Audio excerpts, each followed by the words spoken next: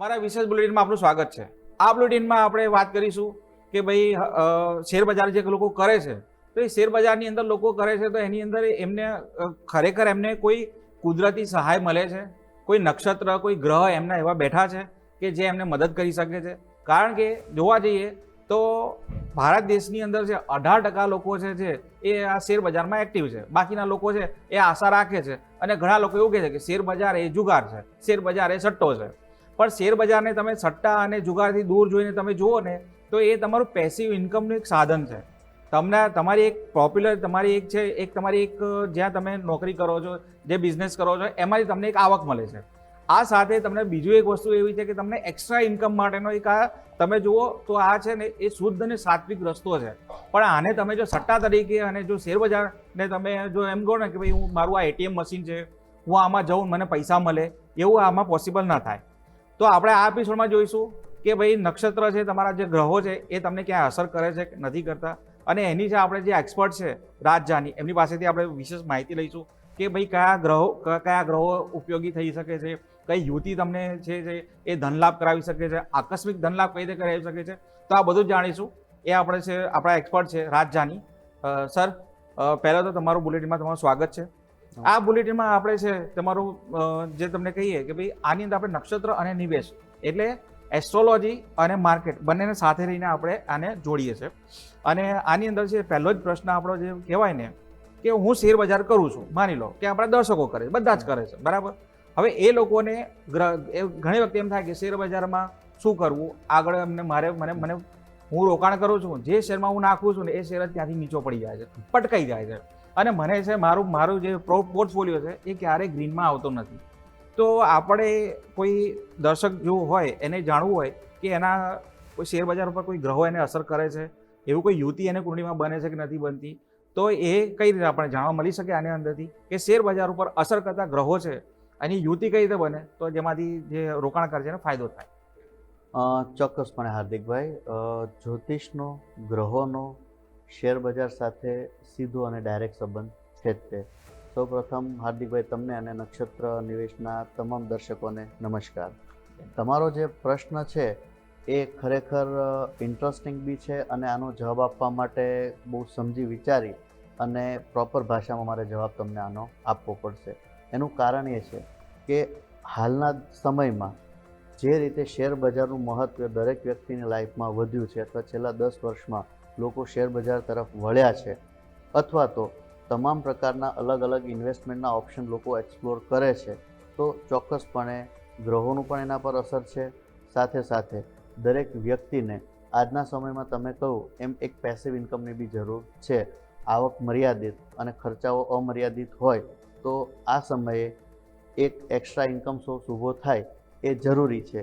અને જો તમે કોઈ સાચા નિષ્ણાત જ્યોતિષીની સલાહ લઈ અને તમારા ગ્રહ નક્ષત્ર પ્રમાણે તમે ઇન્વેસ્ટમેન્ટને લગતા કોઈ પ્લાન વિચારો છો તો એનાથી પણ તમને ઘણો બધો ફાયદો થતો હોય છે. એક તમારું સેફ તો ના કહી શકાય પણ કમ્પેરેટિવલી સેફર એક પેસિવ સોર્સ ઓફ ઇન્કમ ઊભું થઈ જાય છે.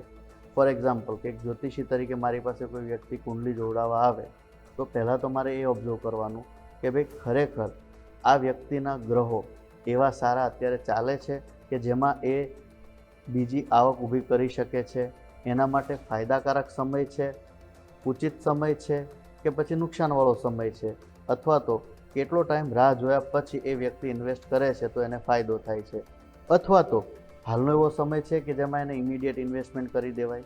ઇન્વેસ્ટમેન્ટના બી ઘણા બધા ઓપ્શન છે. શેર માર્કેટમાં બી તમે ઇન્ટ્રાડે કરો, શોર્ટ ટર્મ કરો છો, લોંગ ટર્મ કરો છો, તો કયું ઇન્વેસ્ટમેન્ટ કયા વ્યક્તિ માટે કેટલું સારું ફળદાયી નીવડે છે એની અસર દરેક વ્યક્તિને એની કુંડલી પરથી એક જીપીએસ મેપ તરીકે તમને ડાયરેક્શન મળી જાય છે. તમારો જે પ્રશ્ન છે ગ્રહો શેર બજારને અસર કરે છે કે નહીં, તો કયો ગ્રહ અસર કરે છે અને કયો નથી કરતો એ જવાબ બી ડિપ્લોમેટિક છે. કેમ કે 99 ગ્રહ અસર કરે છે, પણ સ્પેસિફિકલી આપણે જોઈએ તો જે વ્યક્તિની કુંડલીમાં શુક્ર ગ્રહ સારો હોય, બુધ ગ્રહ સારો હોય, એવા વ્યક્તિઓને જનરલી શેર બજારથી ફાયદો થતો હોય છે. લોકો રાહુ પર ધ્યાન આપતા હોય છે, પરંતુ રાહુનું કેવું છે, ફાયદો અપાવે ત્યારે અઢળક અપાવે અને જ્યારે નુકસાન કરાવવાનું ચાલુ કરે છે તો તળિયા નીચેની જમીન પણ સપાટ થઈ જાય એ રીતે કરે છે. એટલે માની લો કે તમારી કુંડલીમાં શનિ યોગકારક છે, સારો છે, સારી જગ્યાએ બેઠો છે, તો તમે ઓઇલ, પેટ્રોલિયમ, ગેસોલિન એ ટાઈપના જે શેર્સ છે એમાં ઇન્વેસ્ટમેન્ટ કરો. લેધર પ્રોડક્ટને લગતી જે બી ઇન્ડસ્ટ્રીઝ હોય એમાં ઇન્વેસ્ટમેન્ટ કરો. Long term for example construction છે, સિમેન્ટને લગતું છે એવામાં કરો. જ્યારે તમારો બુધ બહુ સારો હોય તો તમે બેન્કિંગ સેક્ટર, ફાઇનાન્સ સેક્ટર, એ સિવાય જે જગ્યાએ તમને એમ લાગે કે મની રોટેશન થાય છે, કમ્યુનિકેશનના ડિવાઇસીસનું છે, તો એવી જગ્યાએ તમને બુધ ફાયદો અપાવશે. રાહુની તમે વાત કરો છો તો રાહુ તમને સ્પેક્યુલેશનમાં, અનસર્ટેન ગેઇનમાં અથવા તો શોર્ટ ટર્મ માટે હોય પણ હાઈ રિસ્ક હાઈ રિટર્ન એવા પોર્ટફોલિયોમાં જનરલી રાહુનું પ્રભુત્વ હોય છે. એ સિવાય તમારી કુંડલીમાં જો સૂર્ય સારો હોય તો ગવર્મેન્ટ બોન્ડ્સમાં તમે ઇન્વેસ્ટમેન્ટ કરો. ગવર્મેન્ટને લગતી જે કોઈ બી યોજનાઓ હોય અથવા જે એના નવરત્નને લગતી ઓર્ગેનાઇઝેશન્સ છે કે જેમાં ડાયરેક્ટલી કે ઇનડાયરેક્ટલી ગવર્મેન્ટનું ઇન્વોલ્વમેન્ટ હોય એવા સેક્ટરમાં વ્યક્તિને સૂર્ય ફાયદો કરાવડાવશે. જ્યારે તમે મંગળની વાત કરો છો તો જમીનની અંદર નીકળતું ખનિજ છે એવી કોઈ પર્ટિક્યુલરલી પ્રોસેસ થઈ અને એન્જિનિયરિંગ મેટલ બંનેનું કોમ્બિનેશન થઈ અને તમને અગ્નિને લગતું, ફાયરને લગતું એવા સેક્ટરમાં તમે જાઓ છો તો બી તમને ચોક્કસપણે ફાયદો અપાવે છે. એટલે તમારા પ્રશ્નનો આ એક જ જવાબ છે કે ભાઈ બધા ગ્રહો ડાયરેક્ટલી ઇનડાયરેક્ટલી અસર કરે છે. કયો ગ્રહ કયા પ્લેસમેન્ટમાં કઈ રીતે બેઠો છે એનું એક આગવું વિશેષ મહત્ત્વ છે અને સાથે સાથે કયા ગ્રહની દશા ચાલે છે, અંતરદશા ચાલે છે કે પ્રત્યંતર દશા ચાલે છે, તો આ રીતે ગ્રહો અસર કરે છે. સર તમે સરસ વાત કરી કે સૂર્ય ગ્રહ પ્રભુત્વ ધરાવતું હોય તો સરકાર તરફથી બેનિફિટ મળે, રાહુવાળું હોય, બુધવાળું હોય તો બેન્કિંગ સેક્ટર જમા મળે. પણ મને અહીંયા સર એક પ્રશ્ન એવો થાય છે, કુંડળી અને શેર બજારનું કનેક્શન જે છે એ આપણે કીધું કે થાય છે, પણ હવે મારે અંદર મારી કુંડળી છે એના મારા લગ્ન ભાવમાં શું છે, પંચમ ભાવમાં શું છે, દ્વિતીય સ્થાનમાં શું છે. આમ જોવા જઈએ તો બીજું સ્થાન છે ધન ભાવનું છે, પાંચમું સ્થાન છે બુદ્ધિ અને ક્યાં કહેવાય ને કે થોડુંક સ્પેક્યુલેશનનું કહેવામાં આવે છે, પંચમ સ્થાન છે એવું કહેવામાં આવે છે કે આકસ્મિક ધનનું છે. તો આવા સ્થાન ઉપર કયા ગ્રહો હોય કે ભાઈ કે મને ખબર પડે કે ભાઈ આ જે સ્થાન ઉપર આ ગ્રહ છે તો જેનાથી મને શેર બજારમાં કે માર્કેટમાં કે રોકાણમાં મને એનો બેનિફિટ મળી શકે, એવું કોઈ આપણને દિશા સૂચન મળી શકે? હા, એક પ્રયત્ન કરો કે જ્યોતિષશાસ્ત્ર બહુ ઊંડું છે. ડિટેલમાં ડિસ્કશન કરવું કે સમજાવવું એ થોડુંક શક્ય આટલા ટૂંકા એપિસોડમાં નથી, છતાં પ્રયત્ન કરું. જ્યારે વ્યક્તિની કુંડલીમાં બીજો ભાવ એટલે ધન ભાવ થાય, 9મો ભાવ એટલે ભાગ્ય થાય અને 11મો ભાવ એટલે લાભનું સ્થાન થાય છે. એટલે જ્યારે વ્યક્તિને ધન સ્થાનમાં સારા ગ્રહો છે, શુભ ગ્રહો છે, ફોર એક્ઝામ્પલ કે શુક્ર ઉચ્ચ રાશિમાં છે કે પોતાની રાશિમાં છે, પ્લસ ભાગ્યમાં ગુરુ પોતાની રાશિમાં છે અથવા તો ગુરુની દ્રષ્ટિ ભાગ્ય સ્થાનમાં કે લાભ સ્થાનમાં કે ધન સ્થાનમાં પડે છે, કારણ કે ગુરુની દ્રષ્ટિ શુભત્વને બેવડું કરી દે છે. એ સિવાય લાભ સ્થાનમાં પણ સ્વગ્રહી મંગળ હોય, ઉચ્ચનો મંગળ હોય, શનિ સ્વગ્રહી હોય, ઉચ્ચનો હોય, તો આવા ગ્રહોનું જ્યારે કનેક્શન સેટ થતું હોય છે ત્યારે તમે ચોક્કસપણે આકસ્મિક ધન લાભ માટે સફળ થઈ શકો છો. એના માટેનું એક કનેક્શન 5મા સ્થાન સાથે તમે એ રીતે કરો કે તમારા ગયા જન્મના કર્મ, તમારી બુદ્ધિ ક્ષમતા એ બંને તમે 5મા સ્થાન પરથી બી જોઈ શકો છો. એટલે કે દરેક વ્યક્તિમાં 5મું અને 9મું ઇન્ટેલેક્ટ માટેનું સારું જે સ્થાન છે, ધર્મ માટે, ભાગ્ય માટે, એનું કનેક્શન જ્યારે થતું હોય છે ત્યારે ઇન્સ્ટિંક્ટિવલી અંદરથી જ એને એવી પ્રેરણાઓ થતી હોય કે આ જગ્યાએ હું ઇન્વેસ્ટ કરીશ તો મને થશે, અથવા તો એ વ્યક્તિ એવું ભાગ્ય લઈને આવ્યો હોય છે કે જે જગ્યાએ હાથ નાખશે ત્યાં એને પૈસા મળશે. એટલે કે કેન્દ્ર સ્થાન, ત્રિકોણ સ્થાન, કેન્દ્ર એટલે 1, 4, 7 અને 10, ત્રિકોણ એટલે 1, 5 અને 9, આવી જગ્યાએ સારા ગ્રહો હોય તો તમને ચોક્કસપણે ફાયદો થતો હોય છે.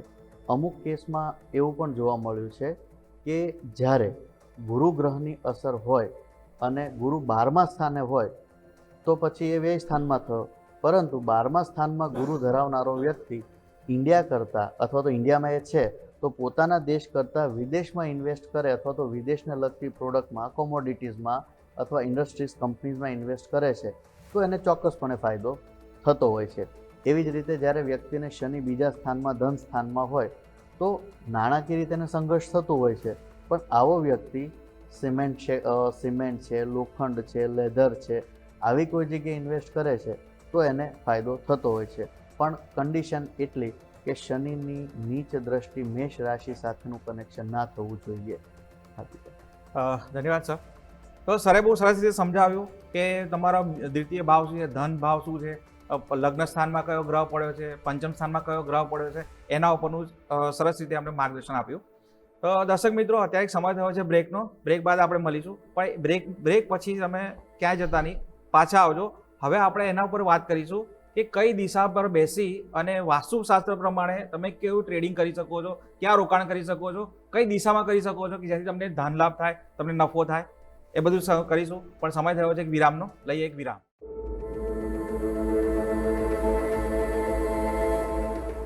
બ્રેક બાદ આપનું સ્વાગત છે દર્શક મિત્રો. અત્યાર સુધીની આપણી જે ચર્ચા છે બહુ રસપ્રદ રીતે ચાલી રહી છે કે જેની અંદરથી આપણે જોયું કે કુંડળીમાં કયો ભાવ હોય, ધન સ્થાનમાં કયો ગ્રહ હોય જેનો લાભ મળે, એ બધી વાતચીત કરી. પણ હવે અહીંયા એક પ્રશ્ન આપણને છે, દરેક જણે એવું થતું હોય છે કે આપણે કહેવાય કે શેર બજારના લોકો છે ને થોડાક છે ને કે વહેમીલા હોઈ શકે, કાં તો એમને થોડુંક છે ને એવી માન્યતા હોઈ શકે. તો એ માન્યતા એમની હોઈ શકે કે ભાઈ આપણે આ દિશામાં રાખી, કઈ દિશામાં રાખીએ તો આપણે નફો થાય, કઈ દિશામાં બેસીએ તો આપણે પ્રોફિટ થાય. એવી આપણા શાસ્ત્રોમાં પણ કહેવાયેલું છે કે ઉત્તર દિશા છે કુબેરની દિશા કહેવામાં આવે છે. એ કુબેર છે એ ધનના દેવતા છે, એવું બધું આપણે ત્યાં માન્યતા છે. ઉત્તર પશ્ચિમની કહેવાય કે નૈઋત્ય દિશાની અંદર છે આપણો જે ઘરનું મંદિર હોય છે, સ્થાન હોય છે. એમ વાસ્તુશાસ્ત્રએ બી અમુક પર્ટિક્યુલર દિશા આપેલી છે. એ દિશાઓ ઉપર જો આપણે બેસી અને જો ટ્રેડિંગ કરીએ તો એનો ફાયદો મળે કે ના મળે, આવા આપણા મહારાજને પૂછી લઈએ આપણે સીધું કે ભાઈ કઈ દિશામાં રાખી જો ટ્રેડિંગ કરીએ, ટ્રેડર્સ ટ્રેડિંગ કરે કે ભાઈ રોકાણ કરે તો એને લાભ મળે. ચોક્કસપણે હાર્દિકભાઈ, આ પ્રશ્નનો જવાબ બે રીતે આપી શકાય.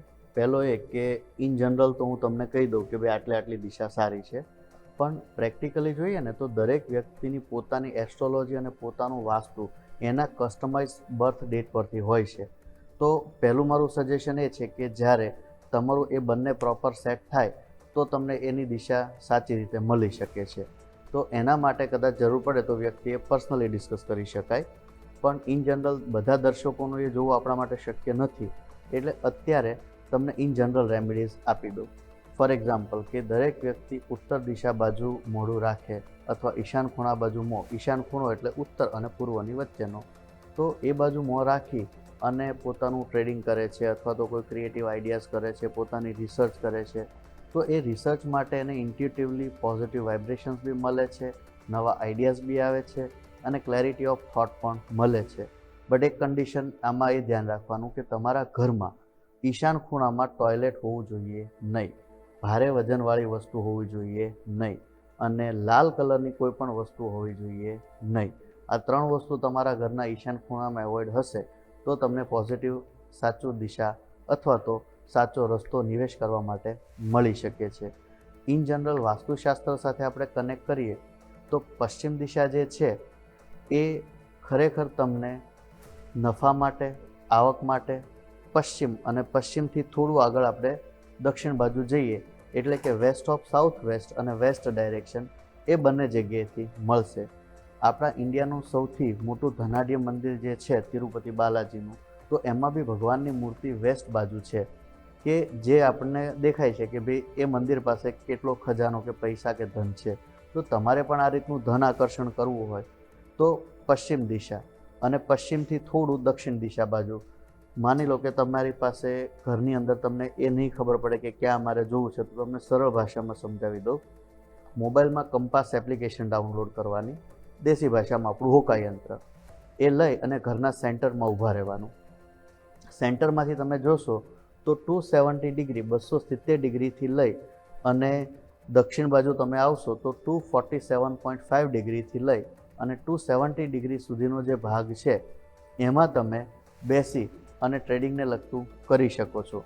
પર્ટિક્યુલરલી એ ઝોનમાં જો તમે બેઠા છો વેસ્ટ ઓફ સાઉથ વેસ્ટથી વેસ્ટ સુધીમાં, તો એ જગ્યાએ તમે પીળા કલરની કોઈ વસ્તુ રાખી શકો છો, કોઈ હેન્કી રાખી શકો છો, ડેસ્કટોપ પર કઈ એવી પીળી વસ્તુ, ફ્લાવર પોટ અથવા તો રોજ પીળા તાજા ફૂલ રાખી અને તમારા ઈષ્ટદેવને પ્રાર્થના કરી અને કરી શકો છો. જનરલી ગણપતિ દાદાને અને લક્ષ્મીજી અને સરસ્વતી માતા ત્રણનું સ્મરણ કરી અને તમે કરશો તો તમને કોઈ પણ કામમાં સફળતા મળી શકે છે. એક તમને એ બી સજેશન આપી દઉં કે ગણપતિ, લક્ષ્મીજી અને સરસ્વતી માતાની મૂર્તિ પીળા કલરના કપડા પર નીચે પાથરી અને એના પર તમે મૂકી દેશો તો બી તમારા માટે સારું છે. ટ્રેડિંગ કરતા લોકો પીળા અથવા લીલા કલરના કપડાં પહેરે, કેસર અને ચંદન અથવા કેસર હળદરનું તિલક કરી શકે, ડેઈલી એ લોકો મેડિટેશન કરી શકે. આ રીતે તમે કરશો તો ઘણી બધી વખત તમને અંદરથી જ એવી ફિલિંગ આવશે કે ભાઈ આ જગ્યાએ મારે ઇન્વેસ્ટ કરવું, આ જગ્યાએ ના કરવું. મતલબ કે તમારી clarity of thought and action આ દિશામાં વધારે નિખરી જશે.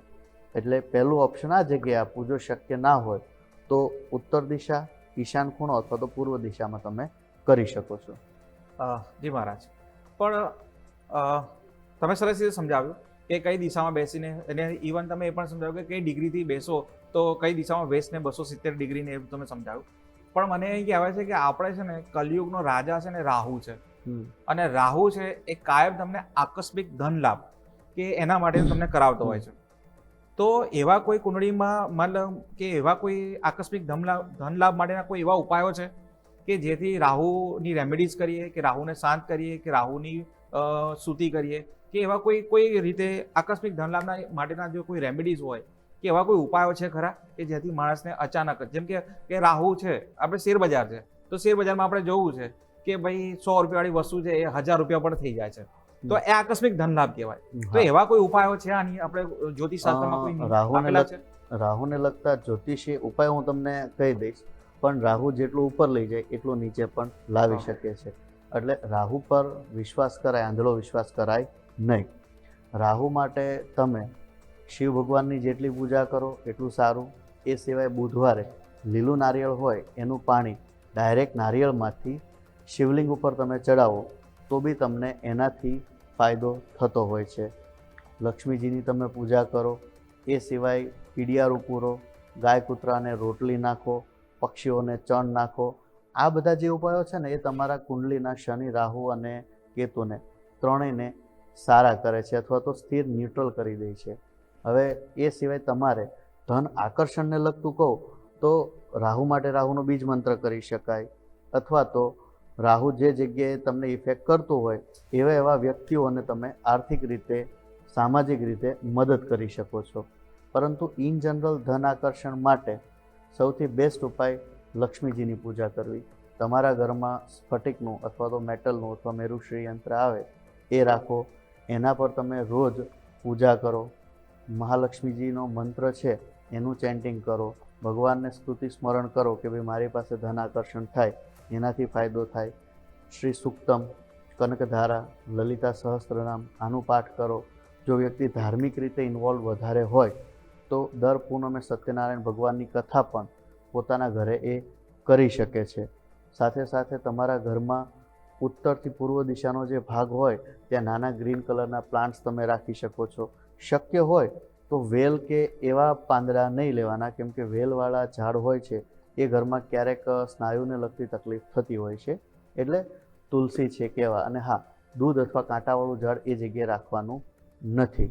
તમે ગાયની જેટલી થાય એટલી તમે સેવા કરો, ગૌશાળામાં જાઓ, અથવા તો ગાયોને કઈ બી રીતે ઉપયોગી થઈ શકાય એવું એમના ખોરાક માટે, ઘાસ માટે, કે આર્થિક રીતે માની લો કે ઘણી બધી ગાયો બીમાર હોય છે અથવા તો એમને સારવારની જરૂર હોય તો એમાં બી તમે કોઈ એવા ઇનિશિયેટિવ લઈ અને સેવા કરો અને તમારા કર્મને સુધારો તો બી તમને ઘણો બધો એમાં ફાયદો થતો હોય છે. જી સર, તો આપણે આ બધી વાતચીત કરી. આની અંદર જોયું કે ભાઈ કુંડળીમાં ગ્રહ સ્થાન ક્યાં છે, કઈ રીતે કામ કરે છે, એનું શું ફળ મળે છે, કઈ રીતે ઉપાય અને રેમેડીઝ ને આ બધી વાતચીત કરી. પણ કહેવાય છે ને કે સોનું છે ને એ સોનાને પણ છે ને એકવાર એસિડ ટેસ્ટ કરાવવો પડે છે. અને હાથ કંગન, મતલબ કે પढ़े लिखे को फारसी क्या, મતલબ હાથ કંગન આરસી क्या, पढ़े लिखे को फारसी क्या. તો આપણે છે ને એક ટેસ્ટ લઈએ. આપણી પાસે મહારાજ 2 કુંડળીઓ છે. ઓકે. એ કુંડળીમાં આપણા જે દર્શક છે એમને મોકલેલી છે. હવે એની કુંડળી આપણે આપણા દર્શક આપણે સ્ક્રીન ઉપર બતાવીશું કે ભાઈ આ જે કુંડળી જોઈને તમને લાગે છે કે આ વ્યક્તિ છે એને સ્વિંગ ટ્રેડિંગ કરવું જોઈએ, એને લાંબુ રોકાણ કરવું જોઈએ, કે પછી એને શેર બજાર મૂકી દેવું જોઈએ? શું લાગી રહ્યું છે તમને? આ કુંડલી આપણે જોઈએ તો સિંહ લગ્નની છે. સાથે સાથે કુંડલીમાં મંગળ પોતાની રાશિમાં છે, શનિ મંગળ સાથે છે, પ્લસ શુક્ર બુધ અને સૂર્ય ત્રણેય સાથે છે. જ્યારે વ્યક્તિને શુક્ર અને બુધનું કનેક્શન હોય, પ્લસ આ વ્યક્તિની કુંડલીમાં જેમ મેં તમને શરૂઆતમાં કીધું, બીજો 9મું અને 11મા સ્થાનનું કનેક્શન આપણે ચોક્કસપણે જોઈ શકીએ છીએ. એનો ધન સ્થાનનો માલિક, લાભ સ્થાનનો માલિક બુધ જે છે એ 10મા કર્મસ્થાનના માલિક શુક્ર સાથે છે. તો આ વ્યક્તિ શેર બજારથી ફાયદો ચોક્કસપણે કરી શકે છે. શેરમાં બી બેન્કિંગ સેક્ટરને લગતું હોય એમાં, પ્લસ મંગળને લગતું મેટલ એનર્જી સેક્ટરમાં બી એ ઇન્વેસ્ટ કરે. શક્ય હોય તો ઇન્ટ્રાડે, ડે ટુ ડે અથવા તો શોર્ટ ટર્મમાં એ કરશે તો એના માટે કમ્પેરેટિવલી વધારે ફાયદો થશે. ઓકે, તો દર્શક મિત્રો આ છે. હવે એક બીજી કુંડળી આપણે જોઈએ તો બીજી કુંડળીની અંદર છે કે એમને પ્રશ્ન એવો પૂછ્યો છે કે લાંબા ગાળે રોકાણ કરવું, એક એમનો પ્રશ્ન એવો છે. અને બીજું એમને પૂછ્યું છે કે ભાઈ આને લઈને એમના કેરિયરમાં એ માની લો કે માર્કેટમાં કેરિયર બનાવે, શેરબજારમાં કરિયર બનાવે કે પછી બીજા કોઈ લાઇનમાં રહી શકે, એવો એમનો પ્રશ્ન છે. તો આ કુંડળી જોઈને આપણે શું લાગે છે કે ભાઈ આ વ્યક્તિએ શેરબજારમાં રોકાણ કરવું જોઈએ, પેસિવ ઇન્કમ ઊભી કરવી જોઈએ, એ થશે, એમાં સફળતા મળશે, અથવા તો પછી એનું જે કરિયર છે એ કઈ દિશા તરફ જઈ શકે છે, કયા ગ્રહ એને વધારે અસર કરી રહ્યા છે કે જેમાં કેરિયર બની શકે છે? કર્ક રાશિના જાતકની કુંડલી છે. ચંદ્ર અને કેતુનો ગ્રહણ દોષ છે, પ્લસ શનિ રાહુ એની પણ સીધી દ્રષ્ટિ ચંદ્ર પર પડે છે. એટલે કે આ વ્યક્તિ ઇમોશનલી એટલું બધું સ્ટ્રોંગ કે કોન્ફિડન્ટ નથી. પર્સનલ સલાહ કે જ્યોતિષ પ્રમાણે આ વ્યક્તિને શેર માર્કેટમાં ના જવું જોઈએ. એક કનેક્શનમાં આપણે એવું જોઈએ કે એને શનિ મંગળ સાથે છે, તો ભવિષ્યને ધ્યાનમાં લઈ અને આ વ્યક્તિ લાંબા ગાળામાં કદાચ કોઈ જગ્યાએ ઇન્વેસ્ટ કરી દે અને પૈસા ભૂલી જાય એ રીતે કરી શકે, પણ બહુ લાંબા સમય માટેનું આયોજનબદ્ધ કેલ્ક્યુલેટિવ પ્લાનિંગ કરી અને આ વ્યક્તિ કરી શકે. પર્સનલ સજેશન ના છે કુંડલી માટે, કેમ કે 12મે પ્લુટો છે અને અચાનક ક્યારેક નુકસાન પણ આપી શકે છે. એટલે ના કરે તો વધારે સારું. બીજી વસ્તુ કે આ ભાઈને શનિ મંગળ રાહુ ત્રણેય સાથે છે, તો પાર્ટનરશિપમાં તો બિલકુલ ના કરે. આમને જમીન મિલકત કે પ્રોપર્ટીને લગતું, બ્રોકરેજને લગતું કામ કરવું. ચોથે શુક્ર છે એટલે મીડિયા ઇન્ડસ્ટ્રીઝને લગતું બી કામ આ વ્યક્તિ કરી શકે છે. અને ઇન ફ્યુચર પેરેન્ટ્સ તરફથી પણ આમને વારસાગત મિલકત મળી શકે છે. એટલે પેરેન્ટ્સને લગતું વારસાગત કોઈ કામ ધંધો હોય તો બી આમને સારો ફાયદો થાય એવું છે. જી ધન્યવાદ. તો દર્શક મિત્રો, આ તમારી કુંડળી છે, એના ઉપરથી આપણે જોયું કે ભાઈ સાચવવું અને નેકી કર દરિયામાં ડાળ જેવી પરિસ્થિતિ આમ વ્યક્તિ માટે બને છે. બરાબર કે ભાઈ રોકાણ કરવું ને ભૂલી જવું અને 5 વર્ષ પછી લાંબા ગાળે રોકાણ સારું રહેશે ફાયદો, રાઈટ. અને પૈતૃક સંપત્તિ મળવાનો થોડોક ચાન્સીસ વધારે લાગી રહ્યો છે. તો સર, તમે જે અહીંયા સરસ માહિતી આપી એના બદલ તમારો ધન્યવાદ.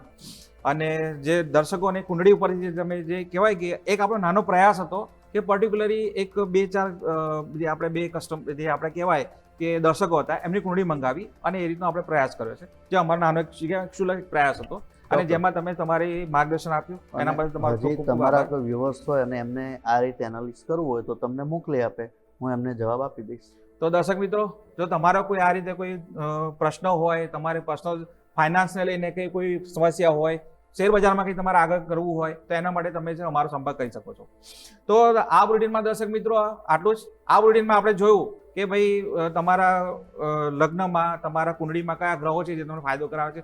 સાથે સાથે મારા જે છે સરે તેમને સરસ રીતે રેમેડીઝ પણ આપી અને રેમેડીઝનો ઉપયોગ કરીએ અને આશા રાખીએ તમે નફો કરતા રહો.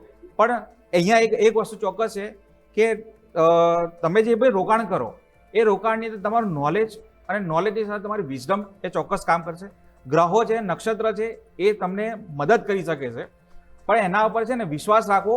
ગ્રહો અને કુંડળી ઉપર અંધવિશ્વાસ ન રાખવો, એ અમારા તરફથી અપીલ છે. તો આ બુલેટિનમાં દર્શક મિત્રો બસ આટલું જ.